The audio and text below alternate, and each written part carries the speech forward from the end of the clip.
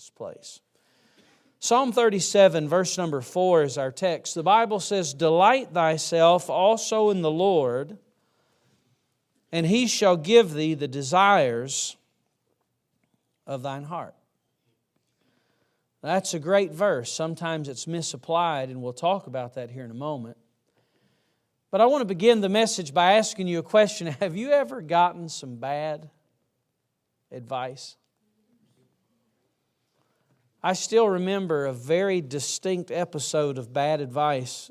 You dorm students are going to learn something about dorm life.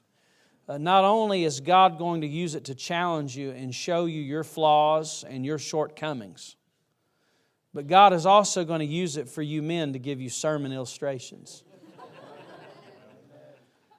And some of the worst advice that I ever heard in the dorm, I will never forget it. I was a sophomore. And there was a young man who was a freshman in the dorm, and some of you I know, you say, well, why do they have these stricter dating regulations for freshmen the first semester especially? Well, this should be case in point. It was actually February, so all those dating restrictions for freshmen had passed, but there was a particular gentleman, it was obvious that he was on the hunt. And there was a particular young lady that he had focused upon.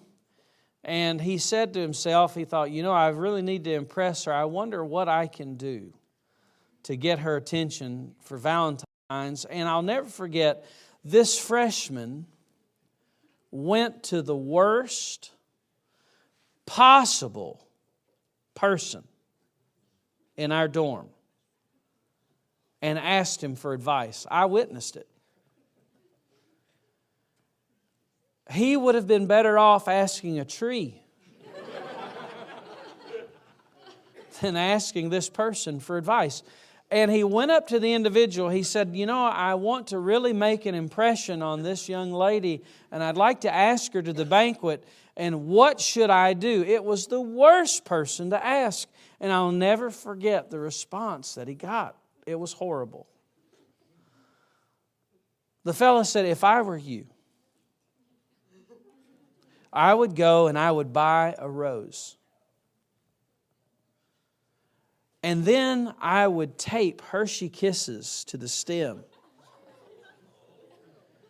And I would give it to her and I would ask her to the banquet. Now, if you want to know how that advice worked or didn't work, I'll just say this.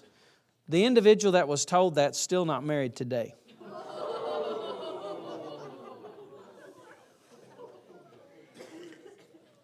But it was horrible advice. And I see some of you men taking notes. Do not do this. That's good. You're very wise. Very, very wise. But it was horrible advice. And it was a disaster when he tried it. But today I want to tell you another phrase of advice, some advice that's often given to your generation that sometimes can be very dangerous. And here is that advice. When somebody tells you, follow your heart.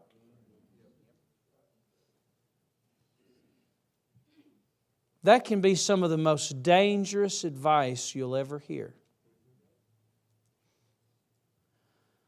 Follow your heart is a theme of movies today. Follow your heart. Some of you are about to get your fill of Hallmark for the next 3 weeks. More power to you. But in those themes, one of the themes that you find recurring in the entertainment industry is follow your heart. I told Charlie Kraftcheck the other day in student body, I said, Charlie, we're going to miss you in these videos. I said, Charlie, the movies that you make are a lot like, they have the same plot lines. It's just different people, different stories, different people getting accosted and hit and slugged and all that. But it's the same thing. You know what's going to happen, but it's entertaining nonetheless. But the world today commonly just follow your heart, follow your heart, follow your heart. Now, there are times when your heart is in tune with God, then it can be trusted. But so often it's just like follow your heart. I've heard people, they say, I just want to follow my heart. Well, before you leave this place today, can I tell you there is a more sound piece of advice than follow your heart, and it's this: follow the Lord. And you know what? When you're following the Lord and your heart is in tune with God, that's a great thing. And I believe that Psalm 37 verse 4 gives us the key to how we deal with our hearts. Notice with me, first of all, the idea of delight. Notice with me at the beginning of the verse, delight thyself also in the Lord. This is the very first part of the verse. A lot of times people like to jump to the desires of your heart. But don't you dare leapfrog to the desires of your heart over the most important part of the verse. Delight thyself also in the Lord. Now, there's a lot of things that I hope that you've learned at college, all right? I hope that you've learned, for some of you, you've learned some social graces. I do.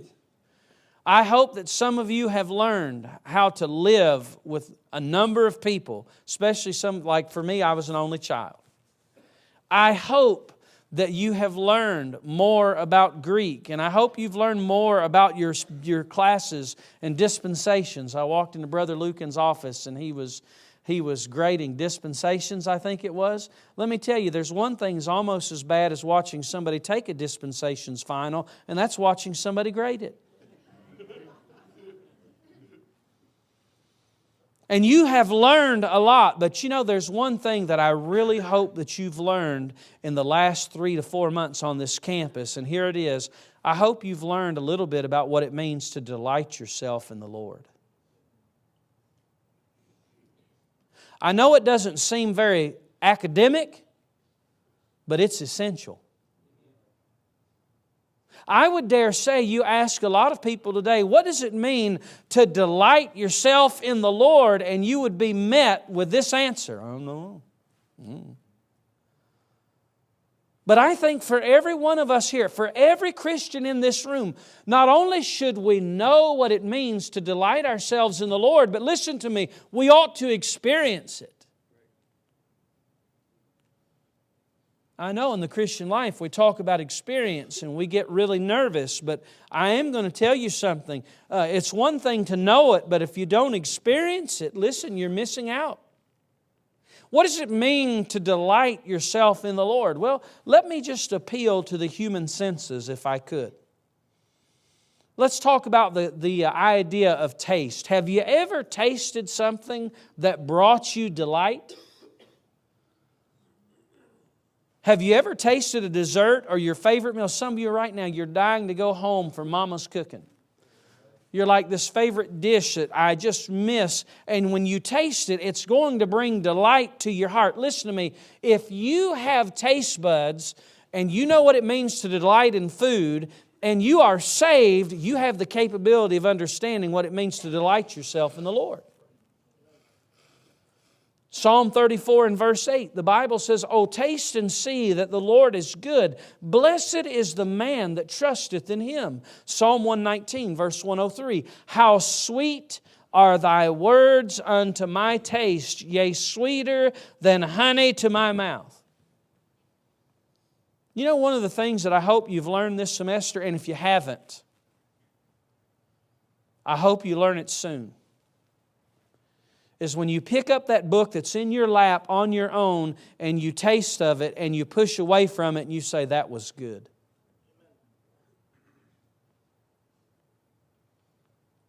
Listen to me, when you leave this campus, will you delight in the Lord? When's the last time you've taken the Bible, Jeremiah, "Thy words were found, and I did eat them, and they were unto me the joy and the rejoicing of my heart." When's the last time you, as an individual believer, you pushed away from the Bible and you said, man, that was pretty good?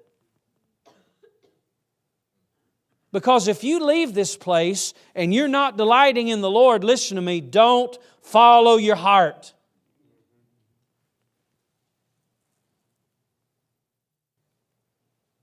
You ever smelled something before that brought you pleasure? You know what I'm learning the older I get? Whenever I was your age, I wanted to get everywhere as fast as I could. I mean, just hammer down. You know, and maybe it's just a little bit of the old man that's rising in me, but you know, I'm learning to smell the roses along the way. You know, I just wanted to go, I got to get to California as soon as possible. Well, you know, now I'm like, you know what? I think I would like to stop in Nashville and eat some barbecue. And I think in St. Louis, I'm going to see the Arch. In Colorado, I'm going to go to the Garden of the Gods. You know, instead of just taking life just wide open all the time. Now, some of you are like, Garden of the Gods, that sounds very spooky. Listen to me. It was probably named by whatever. It's just a beautiful place, all right? There's not idols everywhere. And by the way, some of you still have some of those idols from the missions conference in your dorms. And for full disclosure, I have one in my office, all right? But you know what I've learned? I've learned there's some things in life, it's okay. I can smell something. I'm like, boy, that brings great delight. You know, have you ever felt something before? The idea of touch, the idea of feel. There's some things that you touch that are not very pleasant, like a cactus. That's not very pleasant. There's other things that you feel that may be very smooth. Have you ever had something that you heard bring delight to your heart? You know, maybe you didn't hear it, but you read it on a screen. When you get an email from the finance office saying somebody's put a scholarship, you know, you read that and those words, what you hear, what you see brings you delight. Listen to me. If you've got 5 senses and you have any of those, you can understand what it means to delight yourself in the Lord. You know, there are times in my Christian life, I've never seen God one time, but I'm with my eyes. But do you know there have been times in my life where I've understood Him better and I've seen Him more clearly than I ever have before. And I'll tell you, when our pews are filled with a bunch of people that live theory and they have no experience about delighting themselves in the Lord, that's a hollow existence.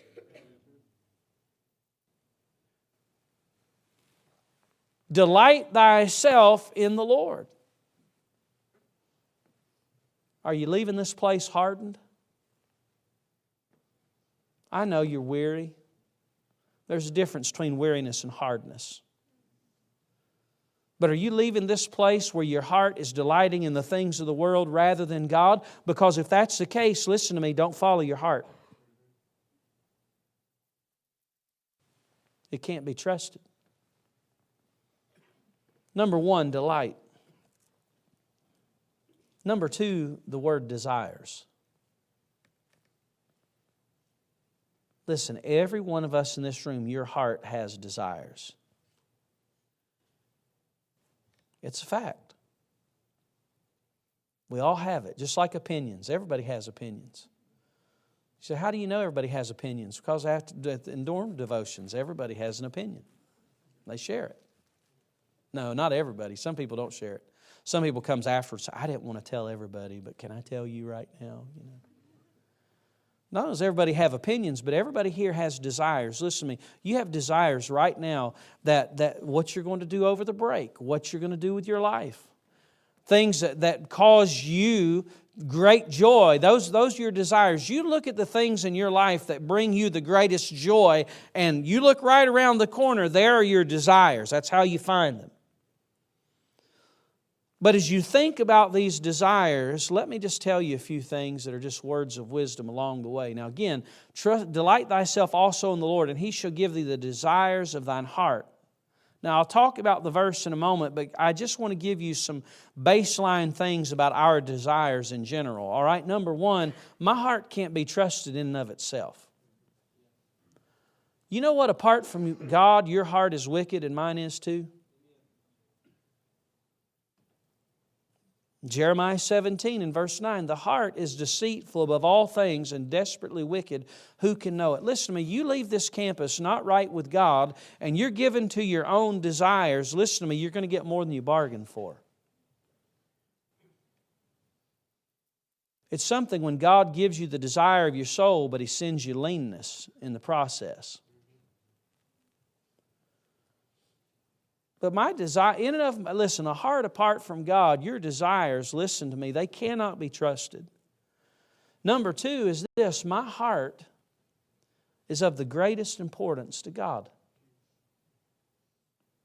Proverbs 4:23, keep thy heart with all diligence, for out of it are the issues of life. You want to know how important your heart is? God says it's of the greatest importance. Luke 6 and verse 45, a good man out of the good treasure of his heart bringeth forth that which is good. An evil man out of the evil treasure of his heart bringeth forth that which is evil. For of the abundance of the heart his mouth speaketh. I'll tell you how we know what's in our hearts. Just see what we do during the Christmas break. You want to know what's in our hearts? See what comes out of our mouths in the Christmas break. Young people, I don't want you just to know what it's like to be confined by a student handbook. I want you to know what it means to live in the fullness of the Holy Spirit.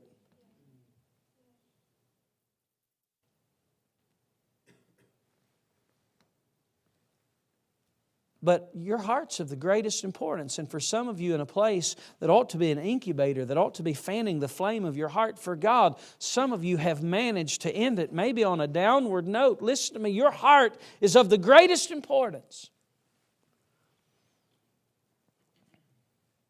But another truth about our desires is this, that the desires of the heart are sometimes hidden from those around us. They're concealed.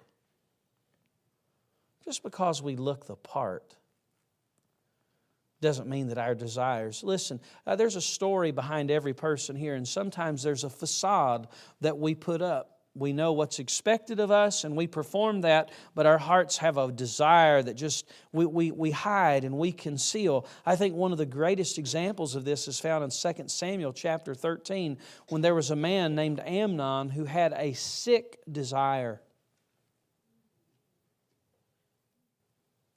Amnon had a very sick desire, and that was to be immoral with one of his family members.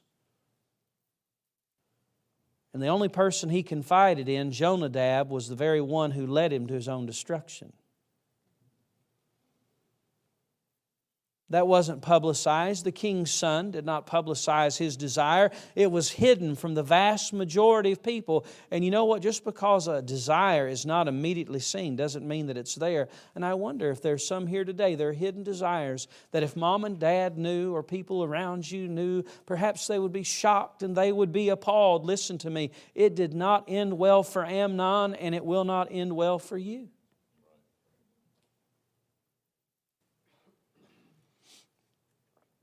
But as you think about this matter of desires, the last thing I'll tell you in this is that the devil has played on 3 desires for thousands of years. And let me tell you what those 3 desires are. Number 1, the lust of the flesh. Number 2, the lust of the eyes.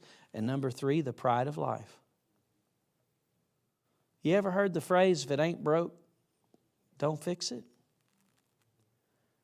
For thousands of years, from the garden on, the devil has played on those 3 desires that are legitimate, that they are real desires in the hearts of people. The lust of the flesh, the lust of the eyes, and the pride of life.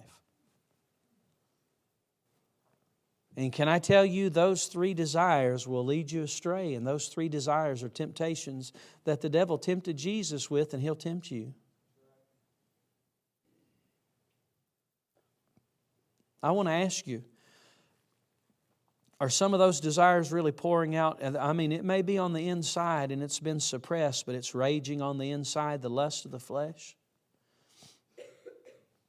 How about the lust of the eyes? Listen, that's just the desire for stuff. College students pride themselves on how poor they are, but did you know college students can be covetous? You don't have to be rich to want stuff. You can just be poor and want things. But listen, you get a taste of money. Right now, let me tell you, wages are going up. You know that. Now, expenses are going up too. But right now, some of you are like, well, Mom and Dad's footing expenses, and I'll just take the paycheck. And, right now, the wages are going up. Some of you get a taste of money like you've never had before. And, you won't be the first one to ever experience that temptation. But, it's slain a number of people. The lust of the eyes has slain a number of Bible college students through the years. There's one particular young man many years ago. I'm usually careful about referencing a lot from the pulpit because I don't want people to think they're going to be turned into a sermon illustration. But I will tell you this, I've lived long enough to know many years ago there was a young man who had the propensity to make money, and he started making it in college, and he used to talk about going to the mission field. And you know what? Now his life is a mess because he gave into the lust of the eyes. Let me tell you, life's more than money. And then the pride of life. If you're consumed with what people think about you and how they ought to think about you, listen, that's a desire. Don't follow your heart because it'll lead you wrong. Now, with all that in mind, I want you to notice the order. It says, delight thyself also in the Lord, and He shall give thee the desires of thine heart. What are some desires that Bible college students will have? I'll tell you one. It's to get married. I know that it's been quiet, but it's really quiet now. You're like, I don't have a desire to get married. Listen, there's guys in here that wouldn't talk about it, but that is a desire.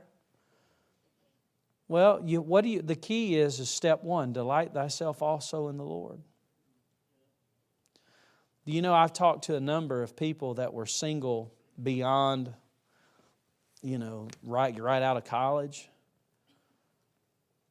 And they said, I had to reach a point in my life where I had to realize, am I desiring God or am I desiring a spouse? And that's my driving force in life. And so many times when a number of them came to that point in their lives where they understood what they had done, then all of a sudden, boom, somebody came along the way. Dropped out of the sky. Some people are like, there's nobody left. I've tried Bible college. I've tried everything. And then, you know what? Then they come to a point where they're like, my focus has been wrong. And then all of a sudden, it's just like somebody walks in a door and they're like, where have you been for the last 10 years?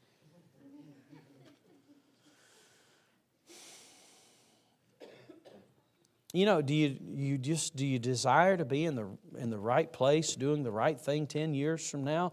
I'm going to tell you how you get to where you need to be 10 years from now. And that's right now, learning to delight yourself in the Lord.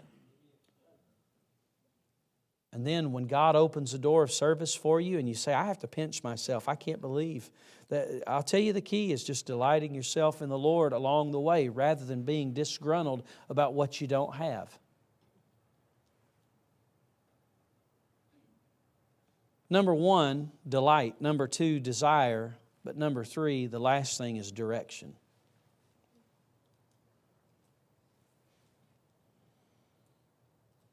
In the very next verse, it says, commit thy way unto the Lord, trust also in Him, and He shall bring it to pass. I want to close this message this morning by telling you, every life in this room is, right now, you're set in a direction. You're headed somewhere. Some of you are like, yeah, I'm headed to Georgia. Some of you are like, no, better yet, I'm headed to New England. Everybody's got opinion. You see people light up like light bulbs when you mention their part of the world. They're like, yeah, that's where I'm headed. For me, I'm just headed to 104-1 North Lee Street, which is a 2-minute walk, all right?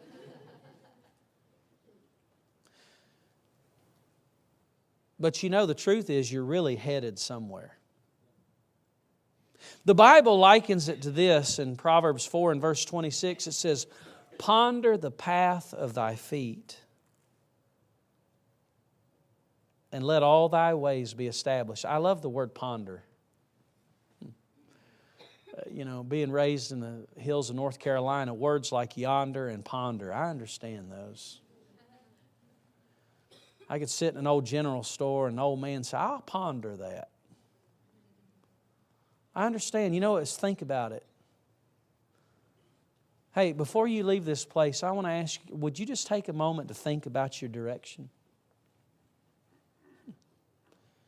If you get your way right now and you get your desires, listen, are they based on a delight of the Lord, or are they just based in doing what you want?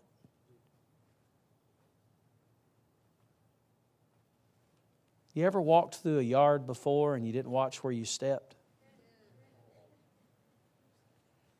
That's bad. I've had that happen on occasion. You walk and then you realize it when you're in the person's house and you're like, I am so sorry. It's a mess. It smells and it just, you've done something to somebody else's property and you're like, boy, and if you would have just paid attention to where you were stepping, you never would have gotten in that predicament. Well, I'm going to tell you something that's a lot more embarrassing than that. It's not just walking into somebody's house when you've not watched where you stepped, but it's go through life and you don't ponder the path of your feet, and then everything is so broken when you don't, and then you don't know what to do with it. Before you leave, I want to invite you to think about the direction that you're headed.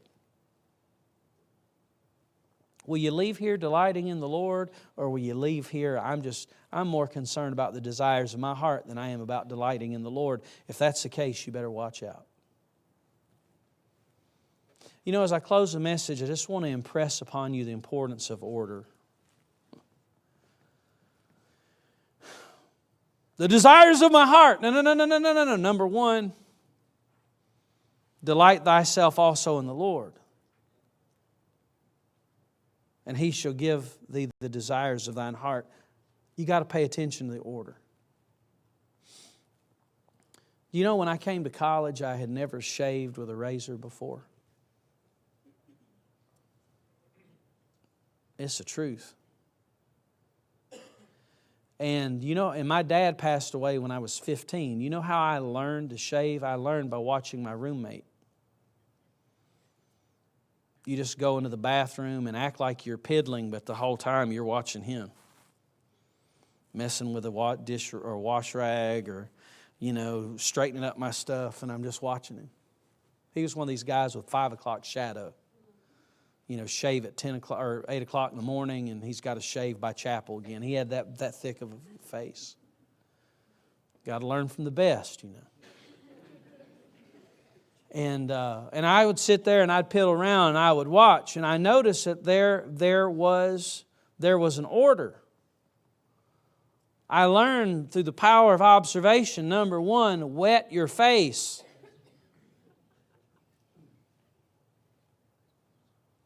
And then after that, I would see him put on shaving cream. I still remember, I had no clue how much to put on. You know, all you need is like that much.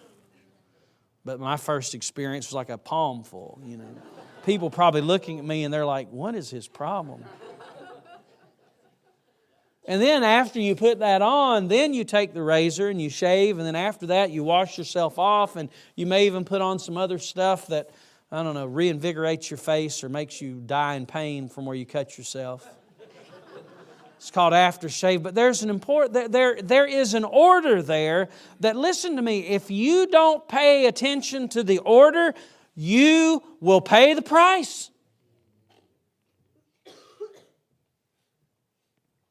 Fellas, imagine with me, you go into the dorm, the guy is going to shave, and without any water and without any shaving cream, he takes out his razor and brings it across his face.